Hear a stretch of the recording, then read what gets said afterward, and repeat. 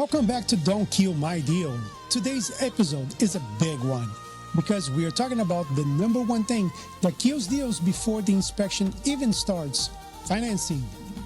And I brought in the guy who sees it all from the inside, Ralph DiSciullo from Beacon Mortgage. If you're a real estate agent, listen up. Ralph is breaking down the loan mistakes that blow up contracts and how to spot bad pre-approval and what separates a deal that closes from a deal that crashes. So buckle up, because if you don't understand the lending side, you're killing your deals before I even show up. Let's get into it. Don't kill my deal, not today, not tomorrow. I fought too long to face this sorrow. Patching holes, rebuilding the field. Hold on tight and don't kill my deal. Hey everybody, I'm Fred with Don't Kill My Deal, your podcast that talks about real estate deals that I almost got killed because of, let's find out with our guest today, Ralph DiSciullo. Welcome to the program. Hi, Ralph. How are you? Great, Fred. I appreciate you having me on your podcast. Thank you. Ralph, why don't you tell us a little bit about yourself and how you got into mortgages, and tell us a little bit about Beacon. Okay. My name is Ralph DiSciullo, Beacon Mortgage. We're a national, I've been in the industry for a little over 15 years now. And I've been with a couple other companies prior to getting into Beacon. And I realized some of the things that these other brokers or retailers were doing, whether it be on the greedy side, trying to make a lot of money in every loan, or trying to walk away from deals that really they shouldn't have to walk away from because there might be a little hiccup here or there. So that's why I started Beacon Mortgage 3 years ago, so I can help out the community, help out my clients, not trying to make a ton of money on every deal, but do more of a volume, and keep everybody happy and be able to do loans that, not anybody else can really do. Somebody might have a bankruptcy or foreclosure, things like that we don't worry about. I've got 180 investors, so there's not really a loan out there I can do that is an option. So that's why I started Beacon Mortgage, because I knew the different programs out there that I could help out a lot more buyers than what the retail side was doing. Well, 180 investors gives you a lot of leeway on for a lot of different people, right? Oh yeah. Oh.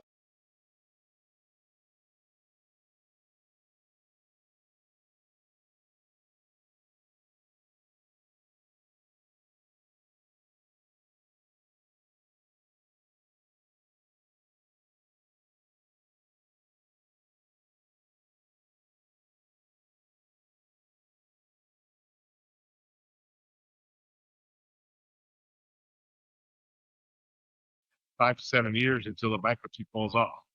And I told him, I said, don't worry about it. We got you covered. We'll go to the bankruptcy court, talk to the judge. The judge said, yep, he can buy a home. It's good out everything else. And we're able to close the deal. So those are the types of deals that I like working on, where when the banks don't tell them no, and we can step in and make it happen for them. Well, that's great to hear, man. So let's start with this one. What is the craziest deal you thought it was dead, but somehow you saved it? What comes to mind? And that was a kind of a crazy one that there.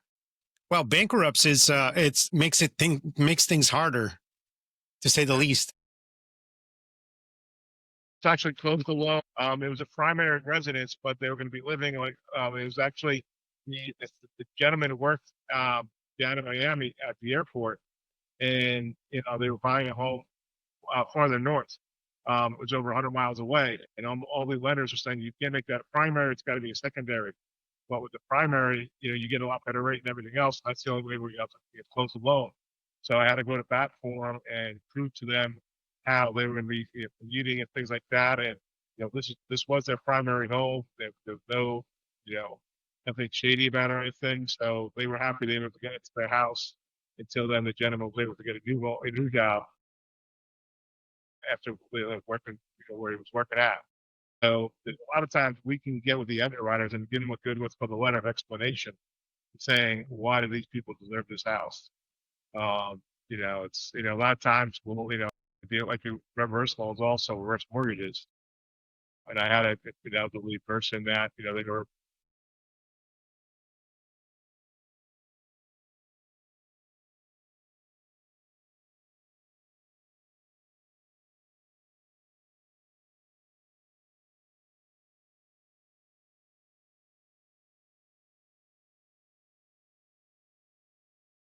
They still own the house, Mm-hmm.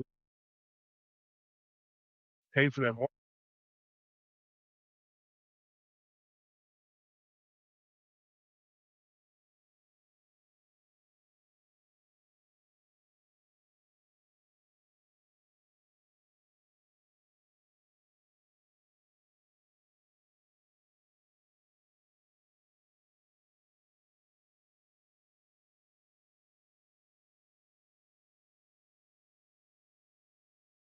Gotcha. That brought me to questions. First, is that a mileage between your first house and the secondary house that banks want to see? I mean, if I decide to buy a house that's 50 miles away from where I live, would that be considered a second house, like a vacation house, or is that a We consider. mileage? No, well, actually, what it is if it's not more than 70 miles away, it's then an investment property. Oh, okay, And then you have to put a little bit more money down, and the rates are usually a little bit higher. If it's more than 70 miles away, we can then say it's a second home. gotcha. So, and It's then like your vacation home, or what's that? like a vacation home, like a beach house or something like that. You. Yeah, Okay, cool. yeah, correct. All right. And second question for a lot of people that don't know, not exactly aware of a reverse mortgage, can you just give a brief minute or two what it is, what Yeah. that product is? So basically, a reverse mortgage is for somebody. It's based on their age. Um,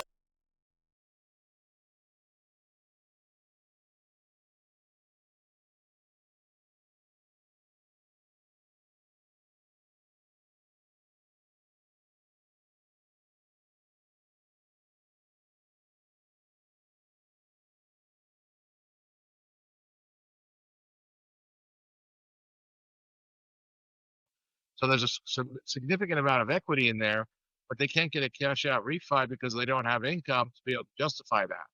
And they don't want to have to move because that's another cost and everything else. They want to, it's their forever home. They want to, that's where they want to, be when, the time comes. So what we do is we go in and look at what the balance is left. We pay that off for them. So they have no more mortgage payment. So somebody.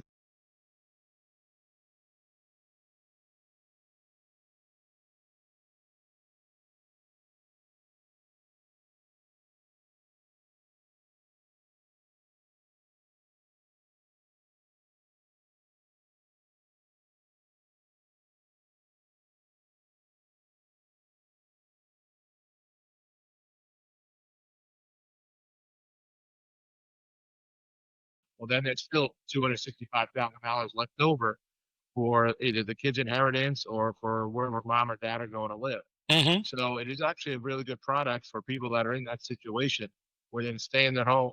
We can actually do a program where we actually also pay their homeowners insurance and taxes. Wow. So they actually have zero payments. They don't have to worry about another payment whatsoever. Everything's paid for, and they live there and it doesn't matter if they live there for a year or 30 years.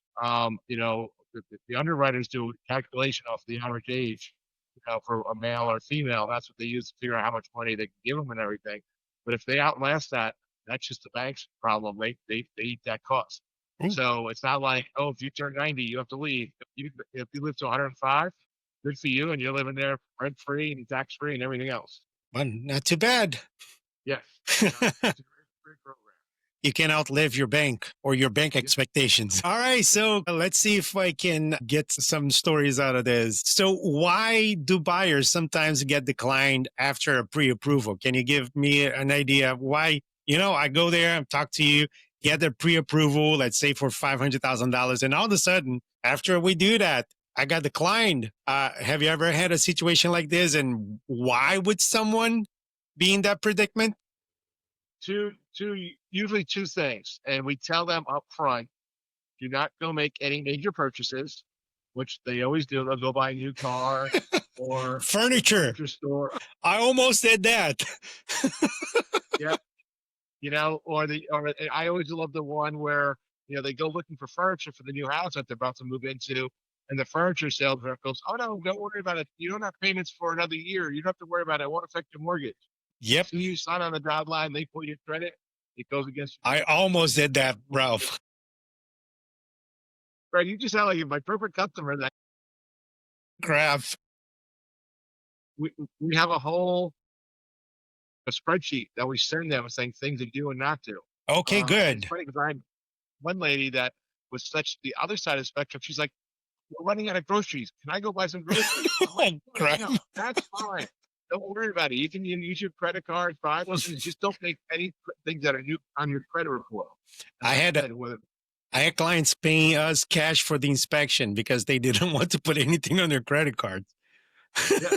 I love those type of clients because they're so nervous about doing anything that they don't want to. So yeah, that's one of the reasons when I buy things like that.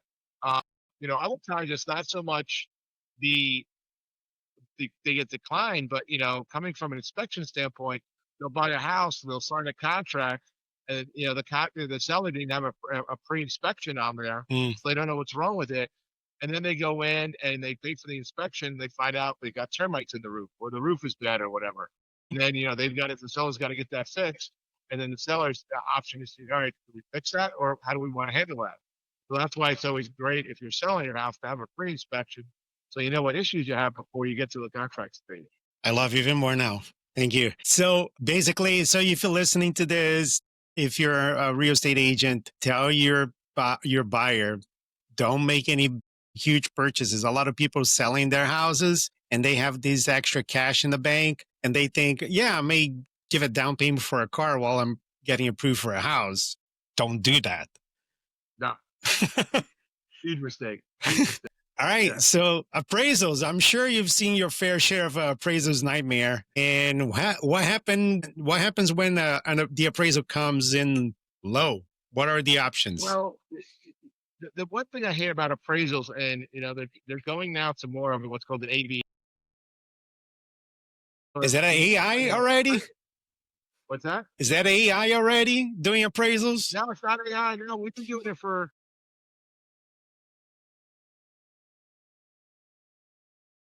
Because unfortunately, appraisals are very opinionated, and I've argued with appraisers, and I had one gentleman up in North Carolina, and there was another piece of property that was connected to it.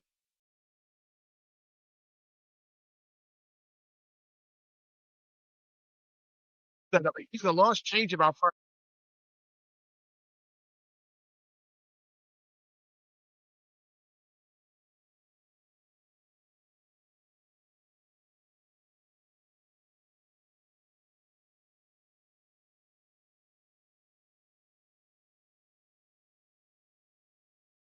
You need to keep up with these laws and everything because these laws are constantly changing Mm-hmm. of what you can value at. And a lot of times, I've had appraisals come in. I pay for appraisers, so I can pay for a second appraisal, Mm-hmm. and they've come in $80,000 to $100,000 more than what the first appraisal did, because they use their opinion and think, "Oh, you know what? I saw the cracks, and oh wait, these houses are all going to crash. That house is valued at that." Like, no, it's current value. What you use your comps in the area. And that's how you come up with the appraisal. I don't want to hear your opinion on what you think it's worth. It's fact. You have certain houses. What's the square footage? Those are the dollar amounts. And unfortunately, these people think that their their opinions matter more than what facts are, and then it causes people to lose houses because if they purchased it for 400,000, the appraisal comes in at 380. Well, now we got to bring another 20,000 to the table. If they're doing an FHA loan and they don't have a whole lot of cash or whatever, the deal's done, or the seller then's got a discount. And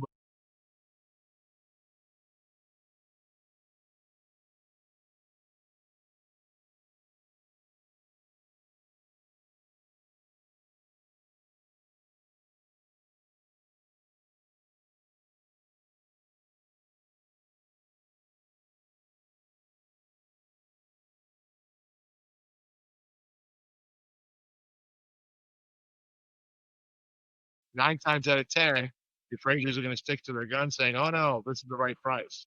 So then you have to go order a whole new appraisal, pay another $600 and get a whole new appraisal done and hope that it comes in and, and like I said, 9 times, or I should say about 7 out of 10 times when I kind of do that, codes came in at a par value of what you needed to be at.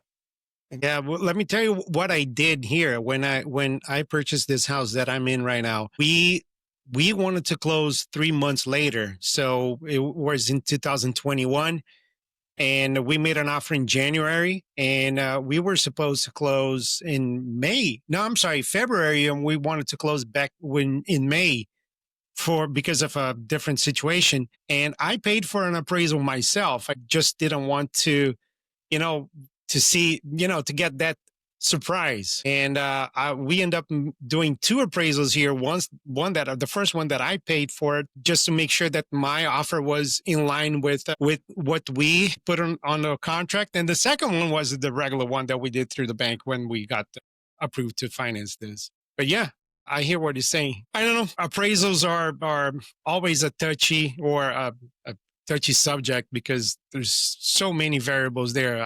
We all heard about the stories of, even picture frames in the house make a difference on the appraisals. Great job. They usually are on target and Mhm. what they're supposed to be. But every once in a while, or once in a blue moon, you get one that's just kind of a rogue, and they don't think personally that's the value of the house. And my argument is always it's not it's not what your personal opinion is. It's what the facts show. Gotcha. And next here on my list is DTI, debt to income rate surprises. So buyers buying a new car or opening a new credit line mid deal. Touch base this a little bit. So can you explain how would that affect the debt to income if you're planning on buying a house? Yeah, so your debt to income ratio is all your hard costs. And when we mean hard costs is all of your credit card payments, the car payments, student loans, and then your mortgage payment. And we need to be below 50% on that. So when we say that is, let's say you make $5,000 a month. That means your mortgage payment, your credit cards, car payments, they can't be more than $2,500 a month for those payments. And so that's always one of the biggest things that we look at when we first get started. Where's your DTI? Because I have people come to me going, "Yeah, I want to buy this house. It's 500,000." I'm like, well, your DTI is at 60%. You can't afford that payment. But if you go find a house for 400,000, it'll lower the payment. It'll get below that 50%, and then you're good to go. So DTI is pretty. I don't say it's simple calculate, but you can kind of look at your expenses and kind of figure out, okay, how much is my mortgage payment going to be? You have to include in that also your tax and insurance.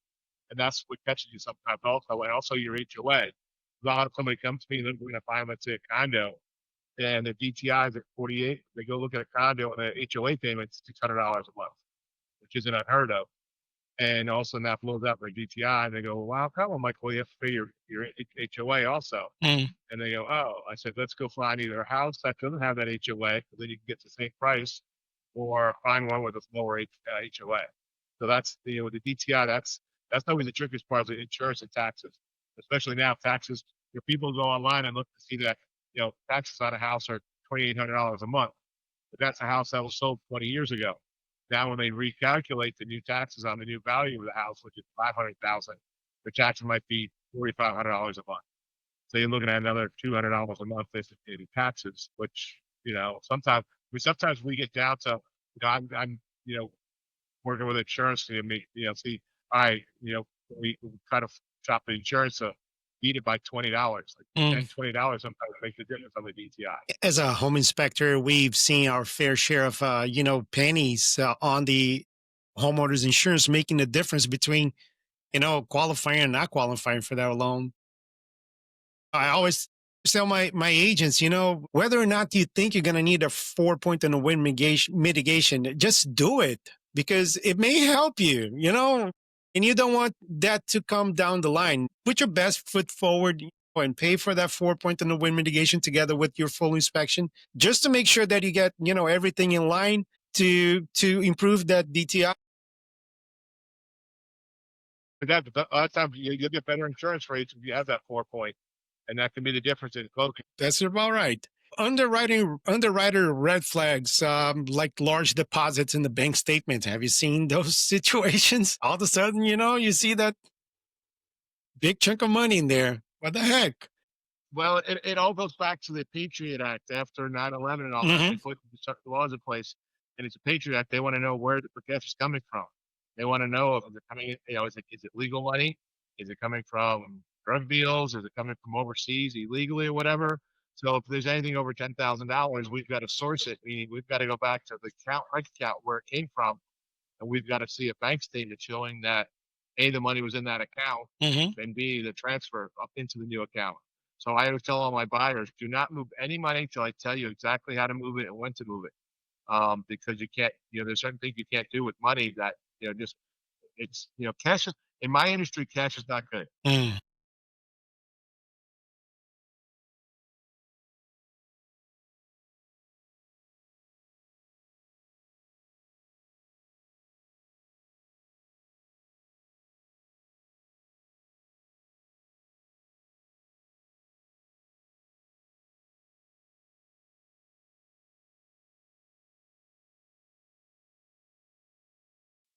And then we can go back in and then but then you have to wait for a house. I mean, you're trying to go under contract today.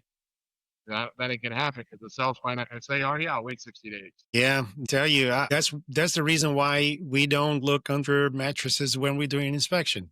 You never know what you're gonna find. No, we never know.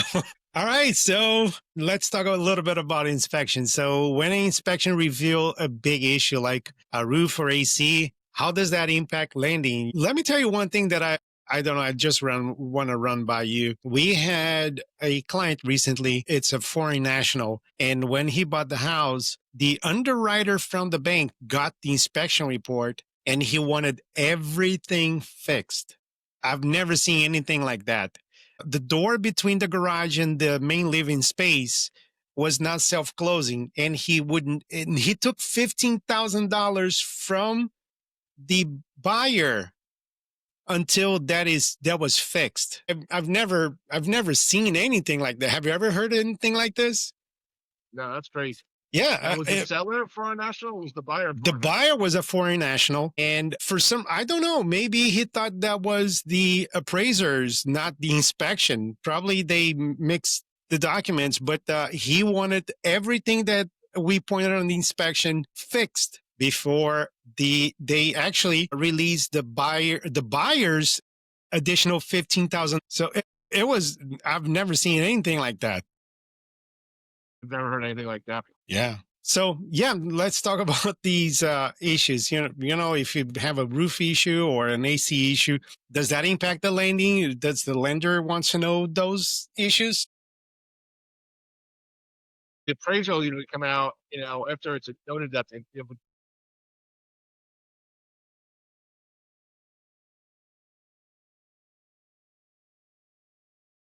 for an underwriter to be up to approval.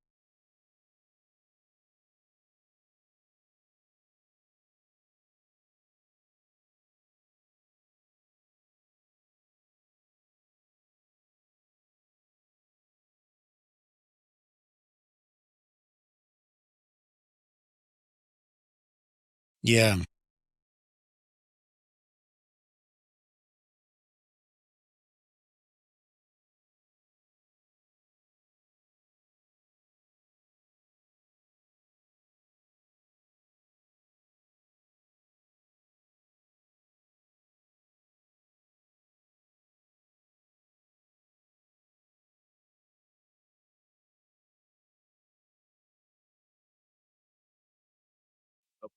The lemon laws with cars.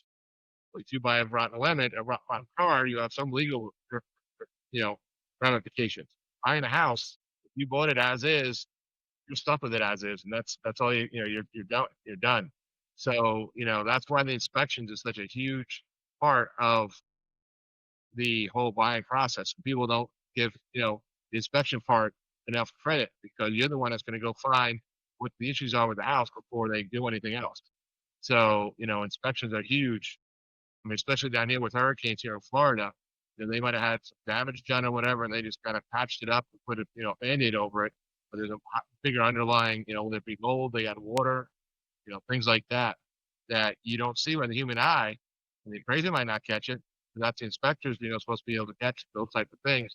And that's what you do really well, and that's why inspections are so important. Well, I'm a little biased in that in that subject. I still don't understand why people would do a Russian roulette with their money, their biggest investment, buying something that they don't know exactly the condition of what they're buying. So the inspection always say is a picture of the condition of the property at a time. So at least you will know what you're buying. And if you're comfortable, with the condition of the house, just move forward with that. If you're not comfortable, you can start asking either for a concession, or you can take. A lot of people love, a little bit of work.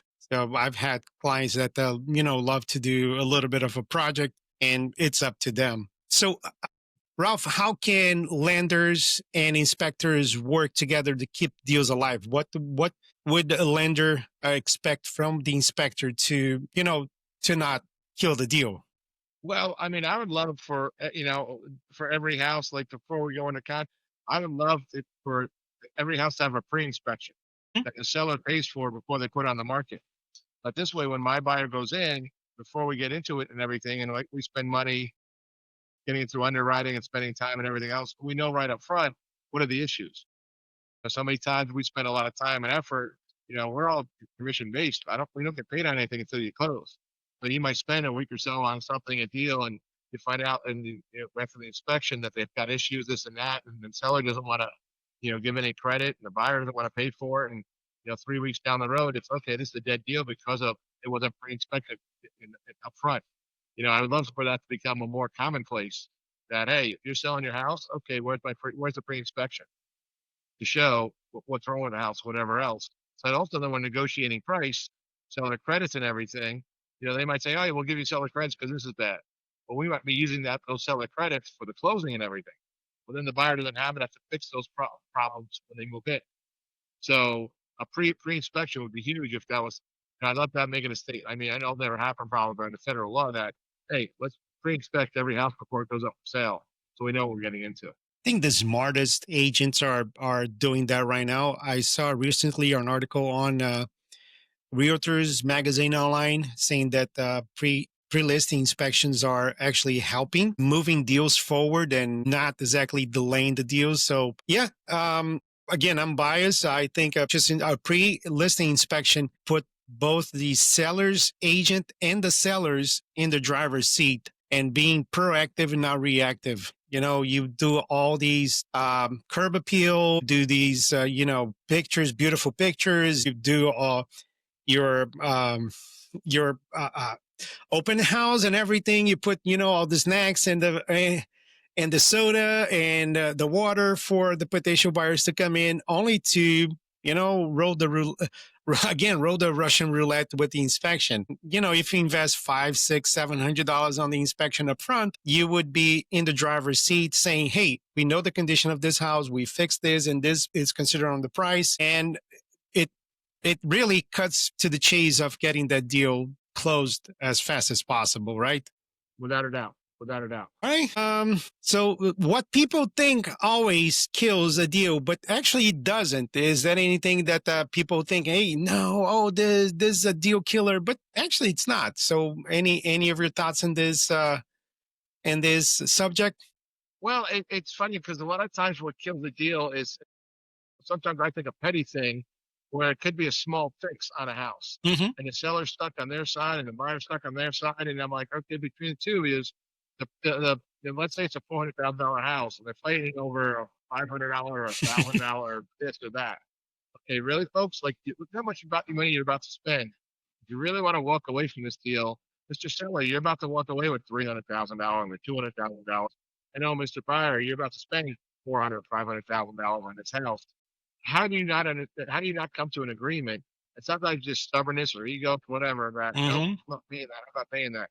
And then especially for a seller, okay, great. Let's put it back on the market. Now you're gonna have to wait another 30 days. How much interest would you have made on the $300,000 in a savings account somewhere or an investment account? Probably a lot more than a $500 or $1,000.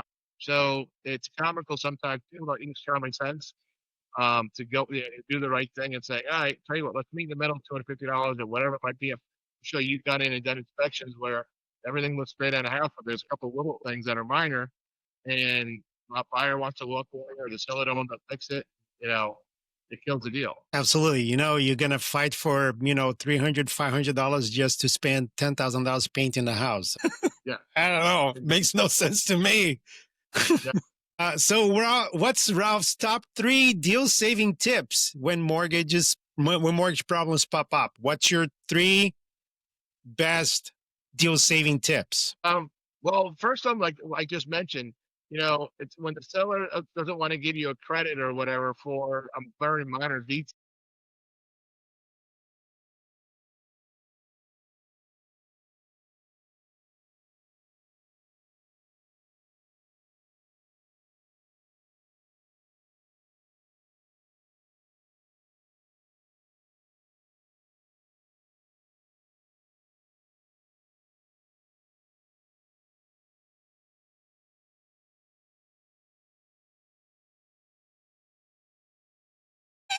I'm like, okay, what are you being fruitful? I don't know. I make a lot of money though. They think because they make a lot of money, and I see this with people that are making a couple $100,000 a year. They have so much debt, and their credit score is 540 or whatever, and the rate's going to be so high and everything. I tell everybody, and I tell parents to get their kids when your child graduates college or whatever, 22, 23. They don't have to buy that day, that week, that month, or that year, but they should go apply for a mortgage just to see where they're at. One, what's on their credit score. So maybe when they're 18 years old, one of their old roommates or somebody they know, whatever, stole their credit, has ran a credit card up, but they're making the payments on it, so they don't even know about it. There's things on your credit score. About 60% of people in the United States have things on their credit score they don't know about. So you should not take a look at it. But Credit Karma is good. The Credit Karma only is going to approve you for a $2,000 or $3,000 credit card. When you go apply for a mortgage, the most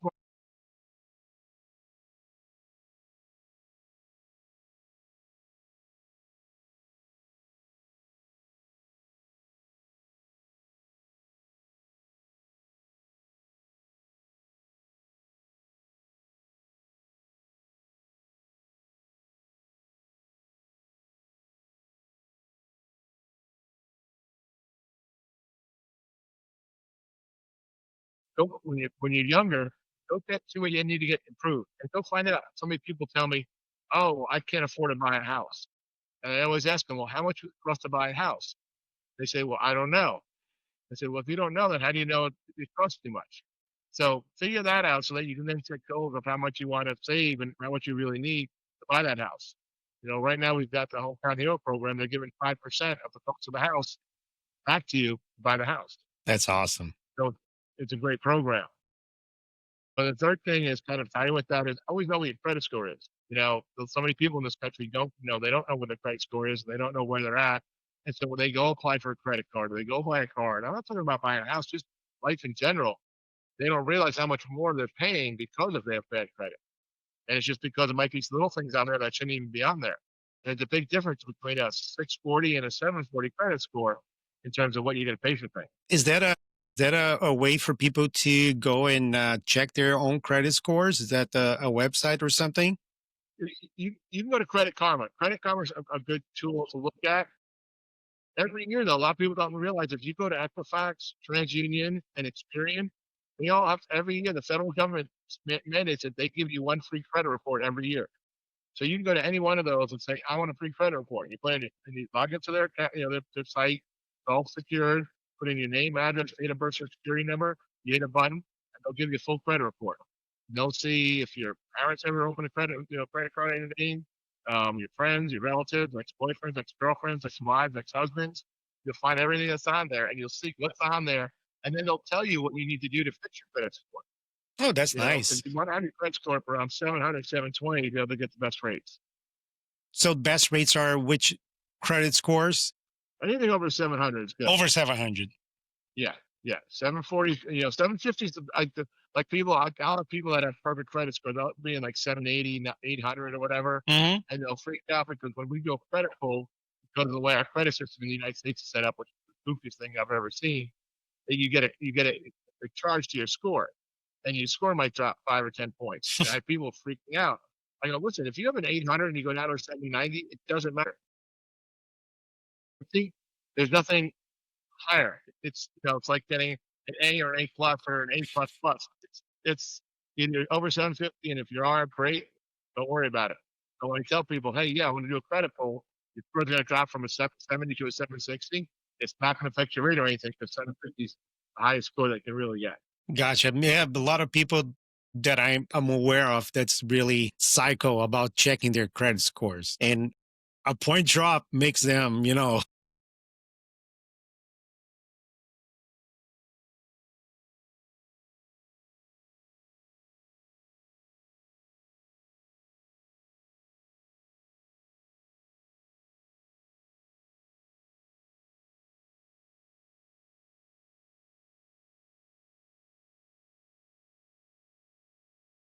They'll let you know. And in fact, also with credit card companies now, Capital One, Mhm. Discover, and all them, it's a free service that if you have their card, every time your score changes by more than like 5 points, they send you a notification. And every time you log with your credit card, you can actually go there, pull up a credit report, and pray and see where you're at. Yeah, and check that credit report, to see, which accounts are open, which are not. And if you have as Ralph said, if you have a problem, reach out to the credit bureau themselves, let them know if there's any discrepancy, if there's anything that's not correct. Yeah. They're most likely willing to work with you. All right, Ralph, as we head towards the end, what is a resurrection story? Do you have any deal that was dead and came back from the dead to alive? We did. We had a buyer that went ahead, unfortunately, and did the ultimate thing, and they bought a car. Oh my gosh! And like a week before we were going to close, A week before. and I was like, "Why did you do that?" Oh, well, we needed a car, and I saw it.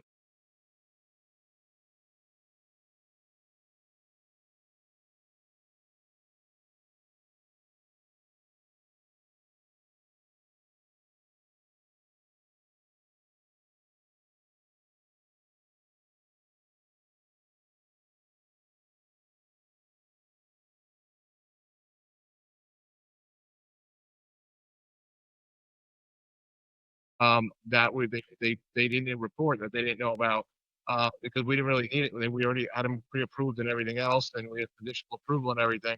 So luckily, we had to get it. It took a day or two later to close it, but we were able to get the thing closed, even though they bought that car. They added a $650, car payment, 2 weeks before closing. You know, those are always the interesting ones. When all of a sudden at the last second, I get a phone call because as soon as they buy something, my underwriters get a notification. Oh, really? One of the other Yeah, well, the other thing is we pull credit 2 days before closing Oh, to okay. see if there's anything new on that credit report. And, sure enough, sometimes it's not right. Boy, hey, that's an emotional ride right there. Yeah, big time, big time. Ralph, let's give some tips. So let's say there's an agent out there, and the agent wants to trust someone like you with their client. What questions should they be asking their clients before trusting them to, a mortgage broker or a mortgage lender?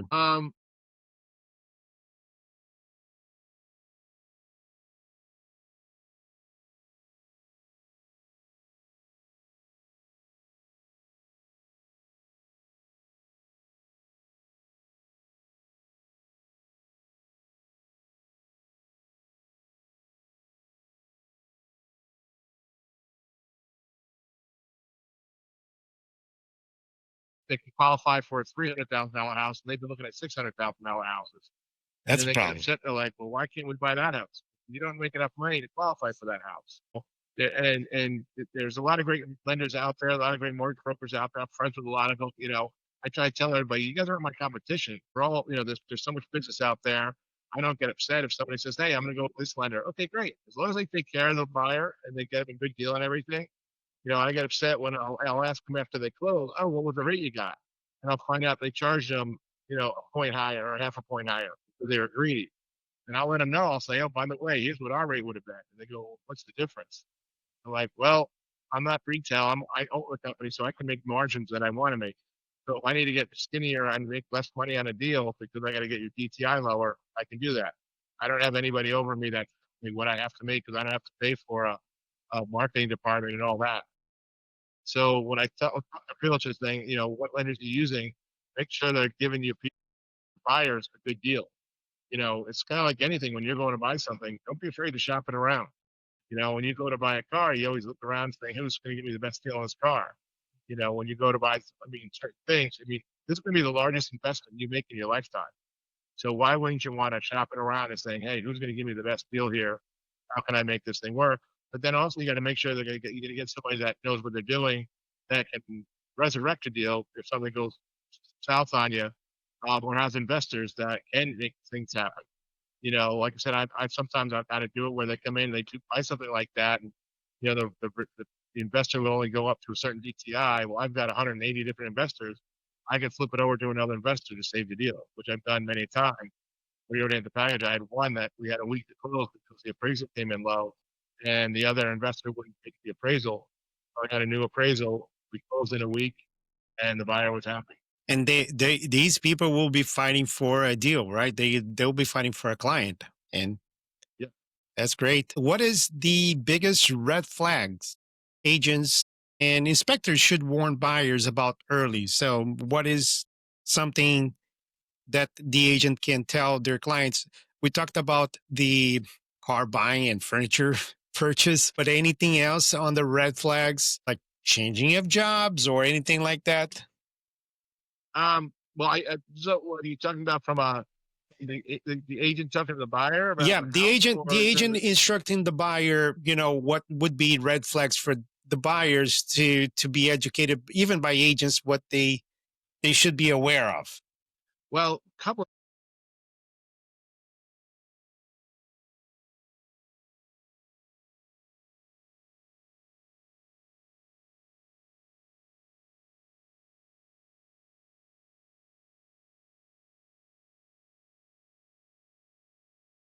we going in there, they're like, nope.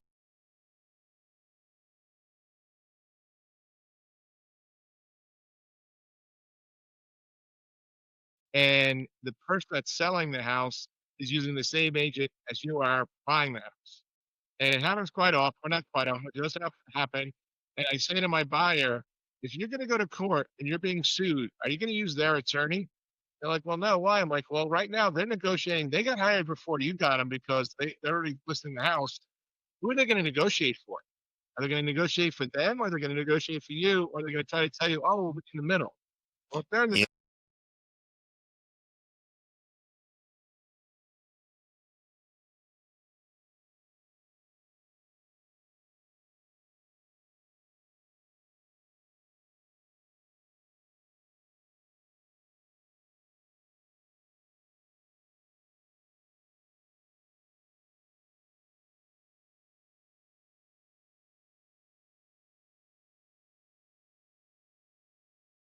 And a realtor, you should always have a professional realtor on your side.